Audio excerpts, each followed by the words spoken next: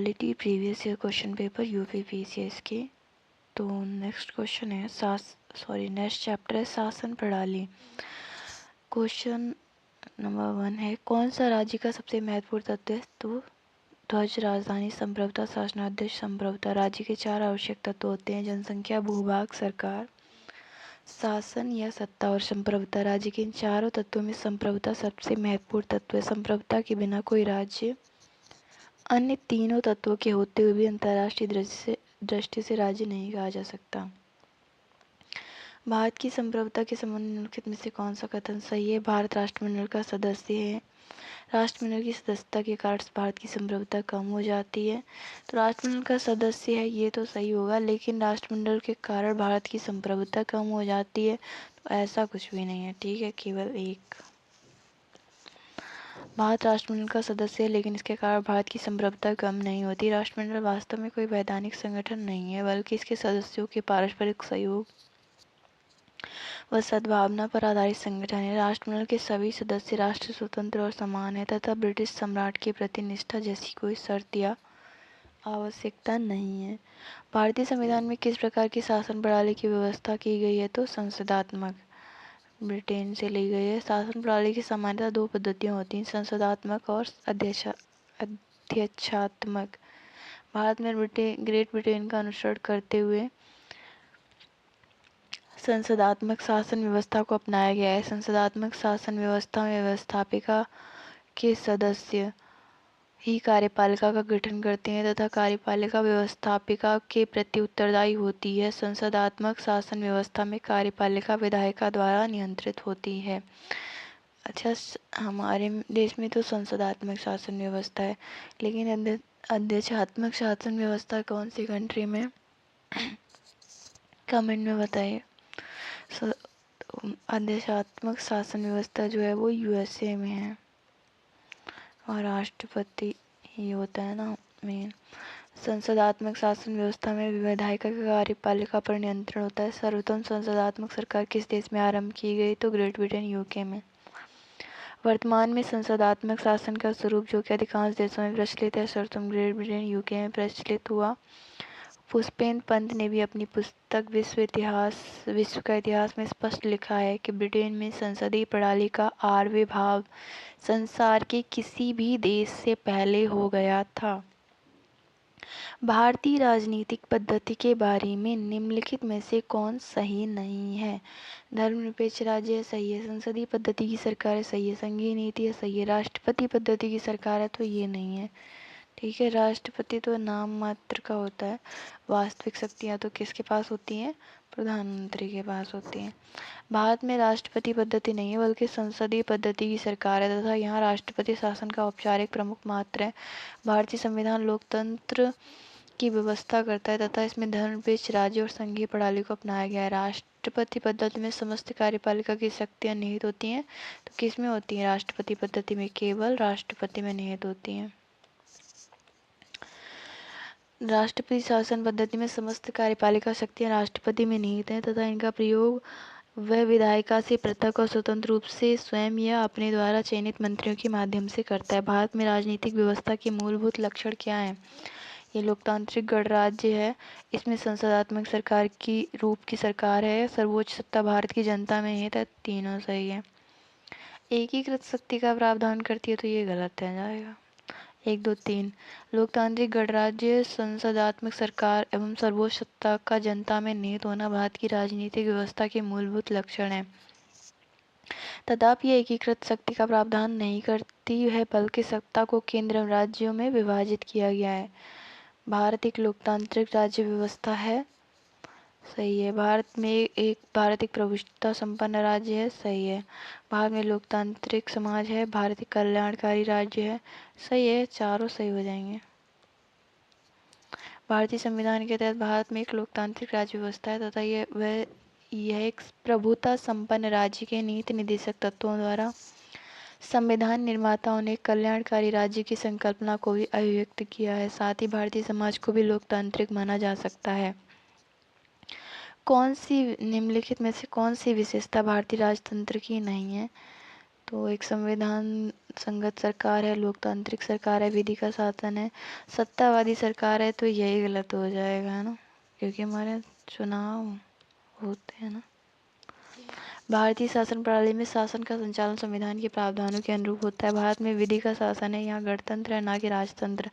सामान्यतः प्रत्येक 5 वर्ष के उपरांत जनता अपने प्रतिनिधियों का निर्वाचन कर संविधान संगत लोकतांत्रिक सरकार का गठन करती है, यहाँ सत्तावादी सरकार नहीं है। अच्छा, अभी हाल ही में न्यूज़ में था, किस कंट्री में पहली बार, है ना, मिडिल ईस्ट की कंट्री है ना, तो आपको बताना है गूगल करके कि कौन सी कंट्री है जहाँ पे पहली बार चुनाव करवाए गए हैं। मिडिल ईस्ट की कंट्री, इतना मैं बता रही हूँ। केंद्र सरकार और राज्य सरकारों को प्राधिकार प्राप्त है भारतीय संविधान से, भारत के राष्ट्रपति से, भारत के प्रधानमंत्री से, भारत की संसद से। केंद्र सरकार और राज्य सरकारों के प्राधिकार का स्रोत भारत का संविधान है। संघीय शासन प्रणाली के अनुरूप केंद्र और राज्यों के मध्य विधायी, प्रशासनिक और आर्थिक शक्ति का विभाजन भारतीय संविधान में किया गया है। कथन और कारण, भारत एक लोकतांत्रिक देश है, भारत का अपना एक संविधान है। दोनों सही हैं, हर एक इसकी व्याख्या सही नहीं है। भारत एक लोकतांत्रिक देश है, इसका प्रमाण संविधान के उद्देश्य का प्रारंभिक शब्दों हम भारत के लोग भारत को संपूर्ण प्रभुत्व संपन्न समाजवादी पंथ निरपेक्ष लोकतंत्रात्मक गणराज्य बनाने के लिए से दर्शित होता है। मतलब पूरी प्रस्तावना नहीं लिखी इसमें। लोकतंत्र शासन का वह रूप होता है जिसमें सभी महत्वपूर्ण निर्णय जनता द्वारा चुने गए प्रतिनिधियों द्वारा संयुक्त रूप से किए जाते हैं। भारत में भी शासन के लोकतांत्रिक रूप को अपनाया गया है। भारत का अपना लिखित संविधान है जो विश्व का सबसे बड़ा लिखित संविधान है। कौन सा भारतीय संविधान का दर्शन नहीं है? कल्याणकारी राज्य, समाजवादी राज्य, राजनैतिक समानता, साम्यवादी राज्य। ये नहीं है, क्योंकि साम्यवादी अच्छा कहाँ पर है? साम्यवादी कहाँ पर है बताइए। भारतीय संविधान में कल्याणकारी राज्य, समाजवादी राज्य, राजनैतिक समानता, न्याय, पंथ निरपेक्षता, लोकतंत्रात्मक गणराज्य आदि दर्शनों को आत्मसात किया गया, किंतु साम्यवादी राज्य के दर्शन का उल्लेख संविधान में नहीं किया गया। समाजवादी राज्य एवं राजनीतिक समानता, न्याय का उल्लेख हमें उद्देशिका में मिलता है। कल्याणकारी राज्य का दर्शन संविधान के भाग 4 में डीपीएसपी के तत्वों में सम्मिलित है। कौन सा सही है? भारतीय संविधान अध्यक्षात्मक है, गलत है। नाम मात्र का राजतंत्र है, ये भी गलत है। भारत एक कुलीन तंत्र, ये भी गलत है। भारत एक संसदात्मक प्रजातंत्र, यही सही है। भारत में संसदात्मक प्रजातंत्र को अपनाया गया है। संसदात्मक प्रजातंत्र में शक्ति मूलतः जनता में निहित होती है। संसद में जनता के द्वारा चुने हुए प्रतिनिधि शासन सत्ता का संचालन करते हैं। निम्नलिखित में से कौन सी भारतीय संविधान की विशेषता नहीं है? तो यहाँ क्या है? अध्यक्षात्मक सरकार नहीं है, ठीक है। अध्यक्षात्मक सरकार भारतीय संविधान की विशेषता नहीं है, जबकि संसदात्मक सरकार शासन प्रणाली, संघात्मक सरकार शासन प्रणाली एवं स्वतंत्र न्यायपालिका भारतीय संविधान की विशेषता है। अध्यक्षात्मक शासन प्रणाली का आधारभूत तत्व क्या है? एकल कार्यपालिका। अध्यक्षात्मक शासन प्रणाली का आधारभूत तत्व है एकल कार्यपालिका, इसमें सत्ता केंद्रीकृत होती है। कौन सा सही है? अध्यक्षात्मक शासन प्रणाली की विशेषता, कार्यकारिणी का प्रमुख राष्ट्रपति होता है। राष्ट्रपति अपने मंत्रिपरिषद का चयन स्वयं करता है। राष्ट्रपति व्यवस्थापिका को भंग नहीं कर सकता। चारों सही है। अध्यक्षात्मक शासन प्रणाली की विशेषता है कि कार्यप्रणाली का प्रमुख राष्ट्रपति होता है। राष्ट्रपति अपनी मंत्रिपरिषद का चयन स्वयं अपने विवेक से करता है तथा राष्ट्रपति व्यवस्थापिका संसद को भंग नहीं कर सकता। भारत एक गणतंत्र है, इसका अर्थ क्या है? क्योंकि यहाँ वंशानुगत शासन नहीं है, है ना। भारत की गणतंत्र, इसका आशय है कि राष्ट्र का प्रधान निर्वाचित प्रत्यक्ष अथवा अप्रत्यक्ष होता है, यह वंशानुगत नहीं हो सकता। भारत में राष्ट्र का प्रधान अर्थात राष्ट्रपति निर्वाचित होता है, इस प्रकार भारत एक गणतंत्र है। भारतीय संविधान कैसा है? कठोर, लचीला, ना ही कठोर ना ही लचीला, अंशतः कठोर अंशतः लचीला। डी सही है। राष्ट्रपति के निर्वाचन में कौन कौन भाग ले सकता है ना, वो बताइए। भारतीय संविधान का कठोर और नम्य का मिश्रण माना जाता है, अतः यह अंशतः कठोर और अंशतः लचीला है। इसके कतिपय उपबंधों को संसद द्वारा साधारणतः बहुमत से ही संशोधित किया जा सकता है, जबकि कुछ उपबंधों के संशोधन के लिए अनुच्छेद 368 के अधीन 2/3 बहुमत की आवश्यकता होती है। साथ ही कुछ विशिष्ट उपबंधों के संशोधन के लिए संसद के विशेष बहुमत के अतिरिक्त कम से कम आधे राज्यों के विधानमंडलों का अनुसमर्थन भी आवश्यक होता है। भारत की संसदीय शासन प्रणाली एवं ब्रिटेन की संसदीय शासन प्रणाली में अंतर का बिंदु निम्नलिखित में से कौन सा है? तो न्यायिक समीक्षा, जुडिशियल रिव्यू हमने कहाँ से लिया था? हमने पढ़ा था ना पिछले चैप्टर में। जुडिशियल रिव्यू हमने अमेरिका से लिया, यूएसए। ब्रिटिश संसद लिखित संविधान के अभाव में संप्रभु निकाय, जबकि भारतीय संसद की शक्तियां एवं कार्यप्रणाली संविधान की सीमाओं के अधीन है, जिनकी न्यायिक समीक्षा की जा सकती है। भारत के संविधान के अनुच्छेद 300 के अनुसार भारत की सरकार का कानूनी नाम है the union of India. Bharat के संविधान के अनुच्छेद 300 के अनुसार भारत की सरकार का कानूनी नाम the union of India Bharat संघ है। निम्नलिखित कथनों पर विचार कीजिए और अंत में दिए गए कोड से सही उत्तर का चयन कीजिए। कथन और कारण। भारत के संविधान में एक संघीय प्रणाली का प्रावधान है, सही है। उसने एक बहुत शक्तिशाली केंद्र की रचना की है, ये भी सही है, पर इसकी व्याख्या सही नहीं है। भारतीय संविधान एक संघीय प्रणाली का प्रावधान करता है क्योंकि केंद्र और राज्यों के मध्य शक्तियों का स्पष्टता विभाजन है। यद्यपि यह पूर्ण संघ नहीं है क्योंकि इसमें कई प्रावधान एक शक्तिशाली केंद्र की रचना करते हैं। भारत में संघवादिता व्यवहारिक नहीं है। भारत एक संघीय राज्य नहीं है, तो ए सही है, आर गलत है। भारत के संविधान का संघीय लक्षण नहीं है। केंद्र तथा राज्यों की भी शक्तियों का बंटवारा, पूर्ण रूप से लिखित संविधान, एकहरी नागरिकता, स्वतंत्र न्यायपालिका। ऑप्शन सी एकहरी नागरिकता, यही सही नहीं। ठीक है, इसको सबसे पहले अंडरलाइन करना है, उसके बाद क्वेश्चन सॉल्व करना है। तो क्वेश्चन गलत होने की प्रोबेबिलिटी कम हो जाएगी। एकहरी नागरिकता भारत के संविधान का संघीय लक्षण नहीं है। भारतीय संविधान में एकात्मक और संघात्मक दोनों ही विशेषताएं मौजूद हैं। भारतीय संविधान के संघात्मक लक्षणों में लिखित संविधान, कठोर संविधान, केंद्र तथा राज्यों में शक्तियों का वितरण, न्यायपालिका की सर्वोच्चता एवं स्वतंत्रता, देशाधीन विधानमंडल आदि हैं। जबकि एकात्मक लक्षणों के अंतर्गत एकल नागरिकता, राज्यपालों की राष्ट्रपति द्वारा नियुक्ति, आपातकाल की घोषणा, समझौतों को लागू करने में संसद की शक्ति आदि का उल्लेख है।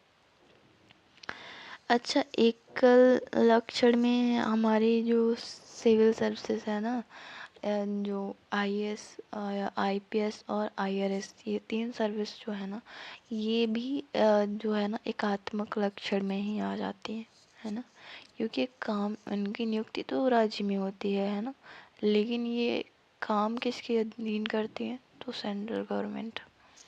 भारत में संघीय व्यवस्था से संबंधित निम्न कथनों में से कौन सा एक सही है? संविधान शासन की मूल संरचना के लिए एक संघीय व्यवस्था की प्रस्तावना करता है।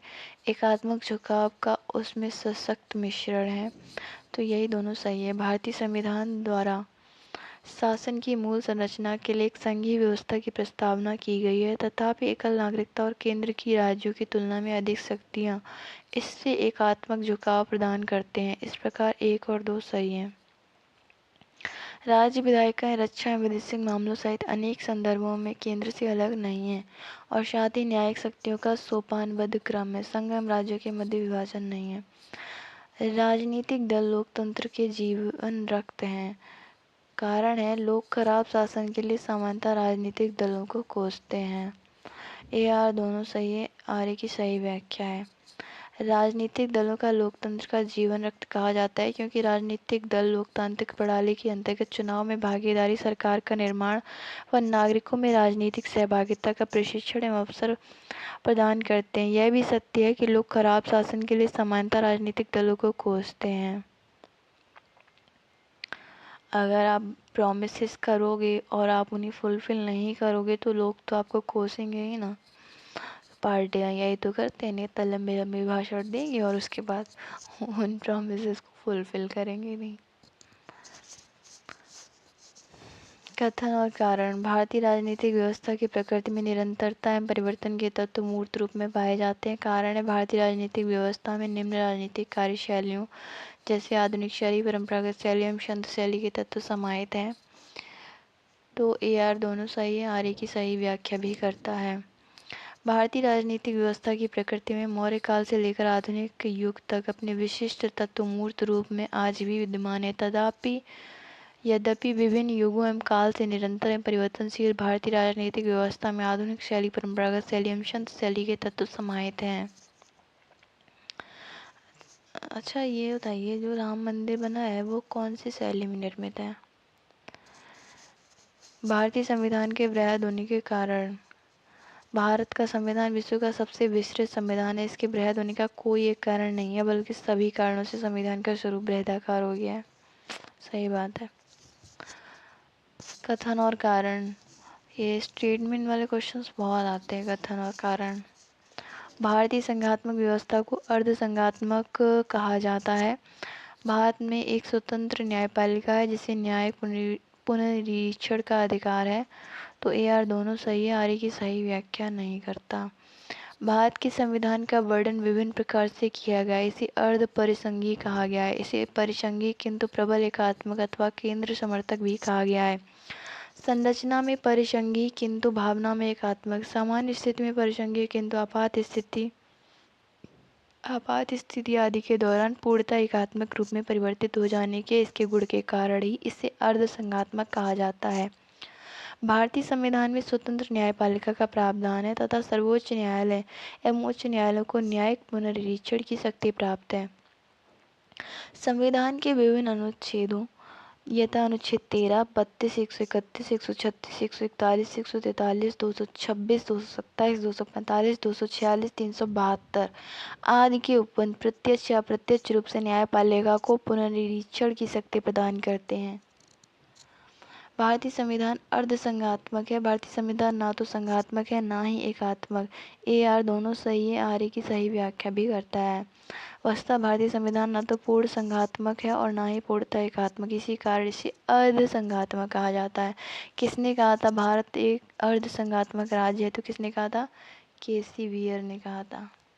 भारतीय संविधान की प्रकृति संघात्मक है या एकात्मक, इसके संबंध में विद्वानों में मतभेद है। कुछ विद्वान इसे संघात्मक संविधान की संज्ञा देते हैं, जबकि कुछ विद्वान इसे एकात्मक संविधान मानते हैं। जी ऑस्टिन के अनुसार भारत का संविधान सहकारी परिसंघीय संविधान है, जबकि केसी वीयर के अनुसार भारत का संविधान अर्ध परिसंघीय है। अच्छा, मैं ये PYQ की सीरीज़ कंटिन्यू करूं या फिर नहीं, या फिर यहीं पे छोड़ दूँ पॉलिटी ख़त्म करवा के, या ये भी ख़त्म करवाऊँ या नहीं करवाऊँ? तो कमेंट में बता दीजिएगा।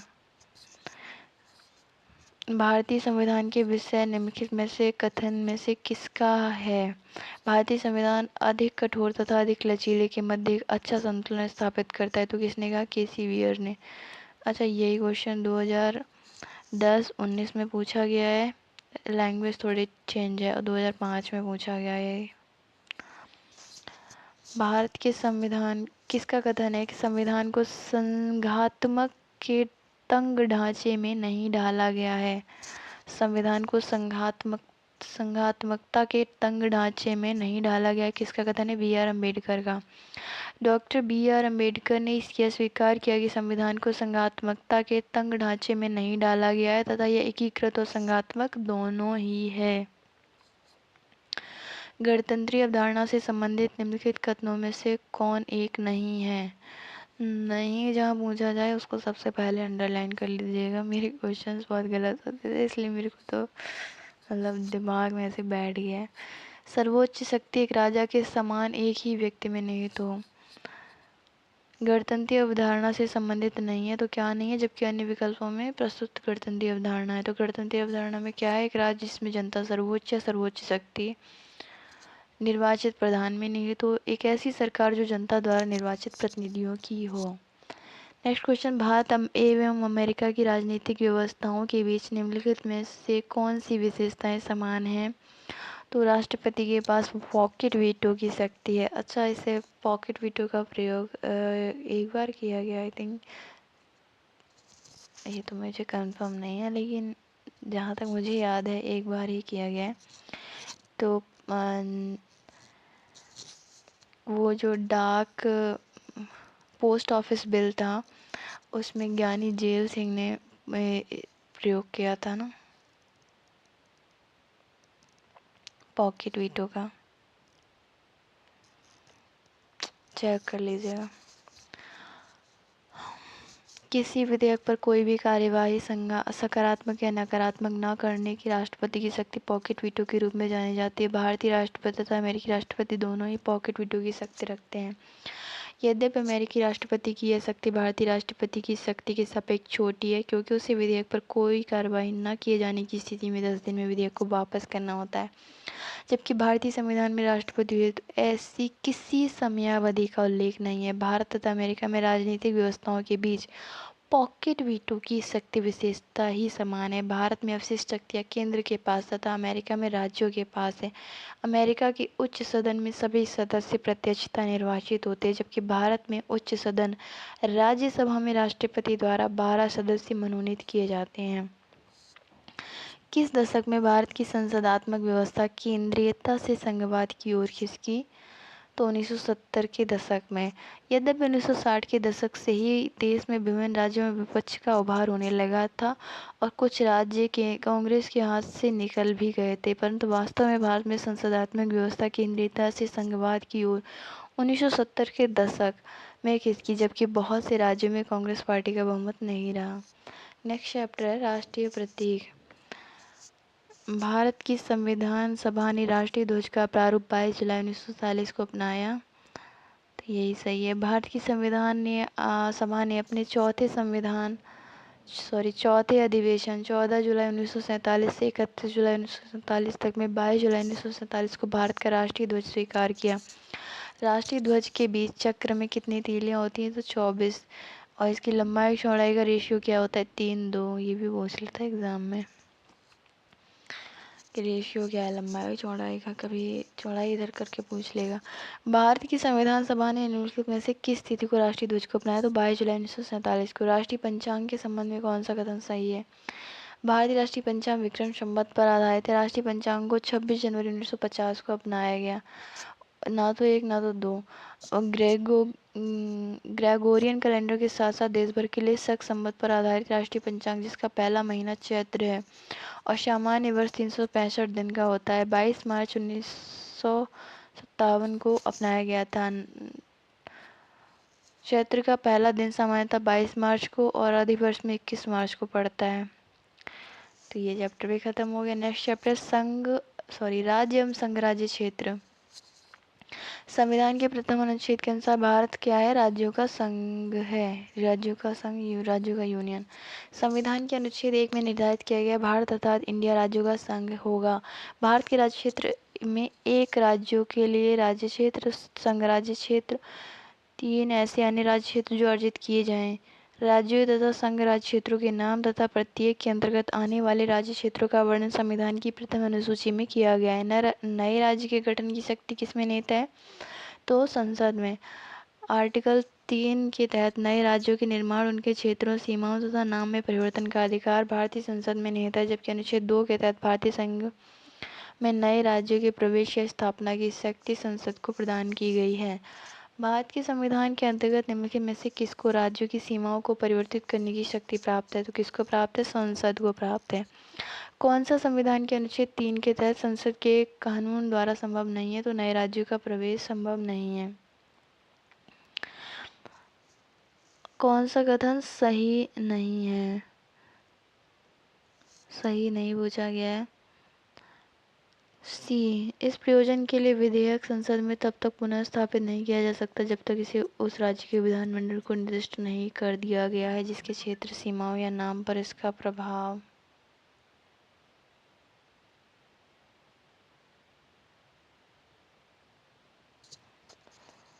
पड़ता है। नए राज्यों के निर्माण के लिए विधि हेतु अनुच्छेद 368 के तहत विशेषता प्रक्रिया, संविधान संशोधन प्रक्रिया नहीं अपनाई जाती, अर्थात संसद साधारणतः बहुमत से नए राज्यों का निर्माण कर सकती है तथा संविधान के अनुच्छेद 4 के क्लॉज 2 के अनुसार इस प्रकार की विधि अनुच्छेद 368 के प्रयोजनों के लिए संविधान का संशोधन नहीं समझी जा सकती। भारत एक नया राज्य सृजित करने वाले विधेयकों को पारित होना अनिवार्य है संसद में साधारण बहुमत द्वारा। भारत संघ नहीं है। किसी राज्य का राज्य क्षेत्र कथन और कारण है। किसी भी राज्य का क्षेत्र सीमा नाम उसकी सहमति के बिना भी परिवर्तित करने की शक्ति संघीय संसद को प्राप्त है। तो ए गलत है, आर सही है। संविधान के अनुच्छेद 1 के अनुसार क्या है? भारत राज्यों का संघ है। किसी राज्य के क्षेत्र सीमा या नाम में परिवर्तन हेतु राज्य के विधानमंडल का विचार प्रकट करना अनुच्छेद 3 के परतों के तहत अपेक्षित है, किंतु इस संदर्भ में राज्य विधानमंडल के विचार संसद पर बाध्यकारी नहीं है। अतः संसद बिना राज्यों की सहमति के भी ऐसा कर सकती है। कथन और कारण है। किसी राज्य की सीमा बदलने की सिफारिश राष्ट्रपति संसद को देता है तथा इसके लिए राष्ट्रपति संबंधित राज्य के विधानमंडल द्वारा उस प्रस्ताव पर विचार एक खास अवधि के भीतर प्राप्त करते हैं। कारण है, राष्ट्रपति को उस राज्य विधानमंडल का प्रस्ताव मानना अनिवार्य नहीं है। तो ए आर दोनों सही है, लेकिन व्याख्या सही नहीं है।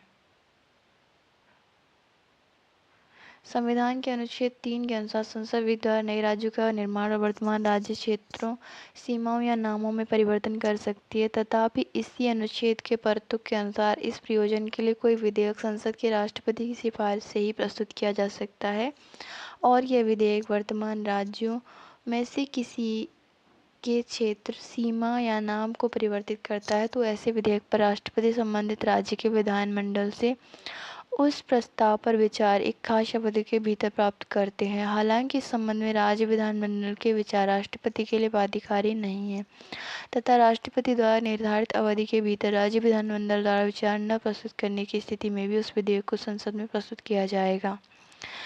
निम्नलिखित में से कौन नए राज्यों के निर्माण के लिए संवैधानिक उपबंध नहीं है? तो संघ राज्य क्षेत्र शामिल कर सकेगा।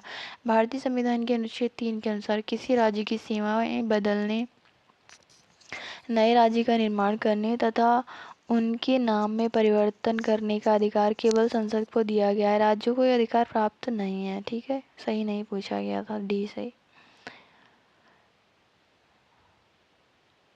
इसमें पूछा गया है कौन सा कथन सही है। संविधान में यूनियन ऑफ स्टेट शब्द प्रयुक्त हुआ है क्योंकि भारतीय राज्यों को अलग होने का अधिकार नहीं है। सही है। एस के धर आयोग ने राज्यों के पुनर्गठन हेतु भाषा के आधार की अपेक्षा प्रशासनिक सुविधा को वरीयता दी।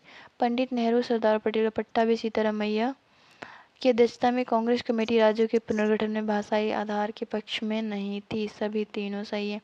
अच्छा, भाषाई आधार पर बनने वाला पहला राज्य कौन सा है? कमेंट सेक्शन में बताएं। डॉक्टर अम्बेडकर के शब्दों में संविधान में प्रयुक्त यूनियन ऑफ स्टेट शब्द का अर्थ है संघ राज्य समझौतों का परिणाम नहीं होने के कारण किसी भी राज्य को संघ से अलग होने का अधिकार नहीं है। इसके धर आयोग 1948 में अपने भाषाई आधार पर राज्यों के पुनर्गठन पर का विरोध करते हुए इस संदर्भ में प्रशासनिक सुविधा को वरीयता दी थी। 1948 में गठित पंडित नेहरू, सरदार पटेल और पट्टाभी सीतारामैया की कमेटी ने, जेवीपी कमेटी ने, कभी कभी एग्जाम में इतना इन सब के नाम नहीं देगा, डायरेक्ट जेवीपी कमेटी भी लिख के आता है, ने अप्रैल 1949 में प्रस्तुत अपनी संस्तुतियों में राज्यों के पुनर्गठन में भाषाई आधार को अस्वीकृत किया था। भारतीय संघात्मक व्यवस्था के संदर्भ में निम्नलिखित में से कौन सा सही है? भारतीय संविधान के अंतर्गत राज्यों को संघ से अलग होने का अधिकार नहीं है। अलग होने की मात्र वकालत करने पर अभिव्यक्ति की स्वतंत्रता की सुरक्षा मिलेगी। केवल एक सही है। भारतीय संविधान के तहत राज्यों के संघ की स्थापना की गई है जिसमें राज्यों को संघ से अलग होने का अधिकार नहीं है। संघीय संसद ही संघ में नए राज्यों का प्रवेश या उनकी स्थापना कर सकती है तथा राज्यों के क्षेत्र, सीमाओं या नाम में परिवर्तन कर सकती है अथवा राज्यों के भागों को अलग कर मिलाकर नए राज्य का निर्माण कर सकती है, परंतु संविधान के तहत किसी राज्य को संघ से पृथक कर सकने का अधिकार नहीं दिया गया है। संविधान के अनुच्छेद 19 के क्लॉज 1 क्लॉज क के तहत सभी नागरिकों को वाक स्वातंत्र्य और अभिव्यक्ति स्वातंत्र्य का मूल अधिकार प्राप्त है, परंतु इस अधिकार के प्रयोग पर भारत की प्रभुत्व, अखंडता, राज्य की सुरक्षा, विदेशी राज्यों के साथ मैत्रीपूर्ण संबंधों, लोक व्यवस्था, शिष्टाचार, सदाचार के हितों में अथवा न्यायालय अवमान, मानहानि या अपराध उद्दीपन के संबंध में युक्त निर्बंधन राज्य वे द्वारा आरोपित कर सकता है। तदनुसार भारत से अलग होने की मात्र वकालत करना भी संबंधित विधि के तहत अपराध माना जा सकता है। भारत में कितने राज्य एवं संघीय प्रदेश हैं? तो कितने हैं? 28 राज्य 7 संघ राज्य क्षेत्र हैं। 26 जनवरी 2020 से 8 हो गए। वर्तमान में भारत में 28 राज्य, 8 संघ राज्य क्षेत्र हैं। भारत में 28 राज्य, 7 संघ राज्य क्षेत्र थे। 2 जून 2014 को तेलंगाना राज्य के गठन के पश्चात भारत में कुल 29 राज्य, 7 संघ राज्य क्षेत्र बन गए। लेकिन जम्मू कश्मीर और लद्दाख को पुनः संघ राज्य क्षेत्र घोषित किए जाने के उपरांत कुल 28 या 9 संघ राज्य क्षेत्र हो गए। तत्पश्चात दादरा नगर हवेली, दमन दीव के एकीकरण के बाद 8 हो गए। तेलंगाना राज्य बन जाने के बाद भारत के राज्यों की संख्या कितनी हो गई थी? 28 से। लेकिन अब तो वर्तमान में फिर से पहले 29 हो गई थी, अब 28 हो गई। 2 जून 2014 को तेलंगाना राज्य के गठन के बाद भारत में राज्यों की संख्या 29 हो गई थी। लेकिन अब जम्मू और कश्मीर के 2 संघ राज्य क्षेत्रों में विभाजन के उपरांत राज्यों की वर्तमान संख्या 28 तथा दादरा और नगर हवेली तथा दमन दीव के विलय के बाद संघ राज्य क्षेत्रों की संख्या 8 हो गई है। निम्नलिखित में से कौन संघ राज्य क्षेत्र नहीं है? तो गोवा नहीं है। भारत के संविधान की पहली अनुसूची में राज्य और संघ राज्य क्षेत्रों का उल्लेख है। इस सूची में गोवा और राज्यों के अंतर्गत, जबकि शेष विकल्प संघ राज्य क्षेत्रों के अंतर्गत सम्मिलित है। किस संविधान संशोधन द्वारा दिल्ली को राष्ट्रीय राजधानी क्षेत्र में घोषित किया गया? तो 69 में संविधान संशोधन अधिनियम 1991 के द्वारा देश की राजधानी दिल्ली को संघ राज्य क्षेत्र की श्रेणी में कायम रखते हुए इसके लिए एक विधानसभा और मंत्रिपरिषद का उपबंध किया गया। साथ ही संविधान के अनुच्छेद 239 के तहत 239 के तहत संघ राज्य क्षेत्र दिल्ली को राष्ट्रीय राजधानी क्षेत्र एनसीआर का दर्जा दिया गया। सिक्किम भारत का एक राज्य बनाया गया था। अच्छा, हमारे यूपी के कौन कौन से डिस्ट्रिक्ट एनसीआर में शामिल है, ये गूगल करके बताइएगा कमेंट सेक्शन में। सिक्किम भारत का एक राज्य बनाया गया था। कब बनाया गया? तो 35वें संविधान संशोधन से। और पूर्ण राज्य का दर्जा दिया गया इसको 36वें संशोधन से। 35वें संशोधन 1974 के द्वारा सिक्किम को भारत में सहयुक्त राज्य एसोसिएट स्टेट के रूप में शामिल किया गया। 36वें संविधान संशोधन 1975 द्वारा सिक्किम को 22वां पूर्ण राज्य का दर्जा प्रदान किया गया। संविधान संशोधनों द्वारा सिक्किम को विधिवत भारत संघ के पूर्ण राज्य के रूप में सम्मिलित किया गया। भारत का पहला जैविक जो राज्य है वो भी जैविक खेती करने वाला राज्य, वो भी सिक्किम को दर्जा दिया गया है। राज्यों के गठन पर विचार कीजिए तथा इन्हें कालानुक्रम में व्यवस्थित कीजिए। गोवा 30 मई 1987, तेलंगाना 2 जून 2014, झारखंड 15 नवंबर 2000, हरियाणा 1 नवंबर 1966। इनका भी सीक्वेंस में बताना है। छत्तीसगढ़, अरुणाचल प्रदेश, झारखंड, सिक्किम कब कौन सा पहले बना? तो 20 सिक्किम बना, उसके बाद अरुणाचल प्रदेश बना, फिर छत्तीसगढ़, फिर झारखंड। आंध्र प्रदेश कब बना? 1953, 1 अक्टूबर। राजस्थान 1 नवंबर 1956, महाराष्ट्र 1 मई 1960, नागालैंड 1 दिसंबर 1963, हरियाणा 1 नवंबर 1966, हिमाचल प्रदेश 25 जनवरी 1971, मेघालय 21 जनवरी 1972, सिक्किम 16 मई 1975, अरुणाचल प्रदेश 20 फरवरी 1987, छत्तीसगढ़ 1 नवंबर 2000, उत्तराखंड 9 नवंबर 2000, झारखंड 15 नवंबर 2000। पता है इनको याद करने का जो तरीका मुझे जो लगता है, आप पॉलिटिकल जो मैप आता है ना, इंडिया का पॉलिटिकल मैप लो और उसमें इन सभी स्टेट्स की डेट को कब कौन सा बना वो लिखो। वहाँ स्टेट का नाम लिखो और डेट लिखो। तो आप 3-4 बार ऐसे करोगे ना, फिर आपको याद हो जाएगा और अपनी टेबल पे चिपका लो सामने, क्योंकि क्वेश्चंस तो रिपीट हो ही रहे हैं, कब कौन सा बना तो पूछेगा, पता है ना, पूछ भी सकता है। उत्तराखंड राज्य की स्थापना 2000 में। राज्यों का सृजन 1960 के बाद हुआ था। इन्हें उनके गठन के आरोही कालानुक्रम व्यवस्थित कीजिए। तो सबसे पहले बना नागालैंड, फिर बना हरियाणा, फिर बना मेघालय, फिर बना सिक्किम। भारत में निम्नलिखित राज्यों के बनाने के सही कालानुक्रम की पहचान कीजिए। तो सबसे पहले बना आंध्रा, फिर हरियाणा, फिर हिमाचल, फिर सिक्किम। आरोही क्रम, हाँ, असेंडिंग ऑर्डर। नागालैंड, मेघालय, सिक्किम, अरुणाचल प्रदेश। अवरोही क्रम, हरियाणा, महाराष्ट्र, राजस्थान। राज्य अस्तित्व आने का वर्ष मिलाना है, तो क्वेश्चन तो गलत है, इसका एक्सप्लेनेशन देखते हैं। नागालैंड 63 में बना, झारखंड 2000 में, तेलंगाना 2014 में, सिक्किम 1975 में। नागालैंड में के अस्तित्व में आने का विकल्प वर्ष में 1962 दिया गया, इसलिए ये गलत हो जाएगा। किस राज्य का गठन 1948 में हुआ? तो किस हिमाचल प्रदेश 15 अप्रैल 1948, जो कि ऑप्शन में तो है। प्रोविंस बना था। अच्छा, इसमें राज्य पूछा गया तो हिमाचल प्रदेश कब बना? 25 जनवरी 1971 को बना, इसलिए गलत हो जाएगा। पश्चिम बंगाल कब बना? 26 जनवरी 1950। असम 26 जनवरी 1950। पंजाब 26 जनवरी 1950। भाषा के आधार पर राज्यों के गठन हेतु राज्य पुनर्गठन आयोग की स्थापना कब की गई? भाषा के आधार पर राज्य पुनर्गठन आयोग की स्थापना 29 दिसंबर 1953 को की गई, जिसने अपनी रिपोर्ट 30 सितंबर 1955 को सौंपी। आयोग के अध्यक्ष कौन थे? फजल अली। अन्य 2 सदस्य थे हृदय नाथ कुंजरू और के.एम. पनिक्कर। कौन सा भारत में भाषा के आधार पर बना पहला राज्य था? तो आंध्र प्रदेश। अभी मैं पूछ रही थी ना, देखो आ भी गया, क्वेश्चन पूछा गया। राज्य पुनर्गठन अधिनियम 1956 द्वारा भाषा के आधार पर राज्यों का पुनर्गठन 1956 में किया गया। इससे पूर्व भाषा के आधार पर वर्तमान सर्वोत्तम आंध्र प्रदेश का पृथक राज्य के रूप में सृजन 1953 में हुआ। आंध्र प्रदेश एक भाषाई राज्य के रूप में गठित किया गया 1953 में। तो ये चैप्टर हो गया ख़त्म 3। अब बाकी नागरिकता जो है वो नेक्स्ट वाली वीडियो में कंप्लीट करेंगे नागरिकता से, ठीक है। अगर वीडियो अच्छी लगी तो प्लीज़ लाइक कर देना, शेयर कर देना और सब्सक्राइब करना मत भूलना। Thank you.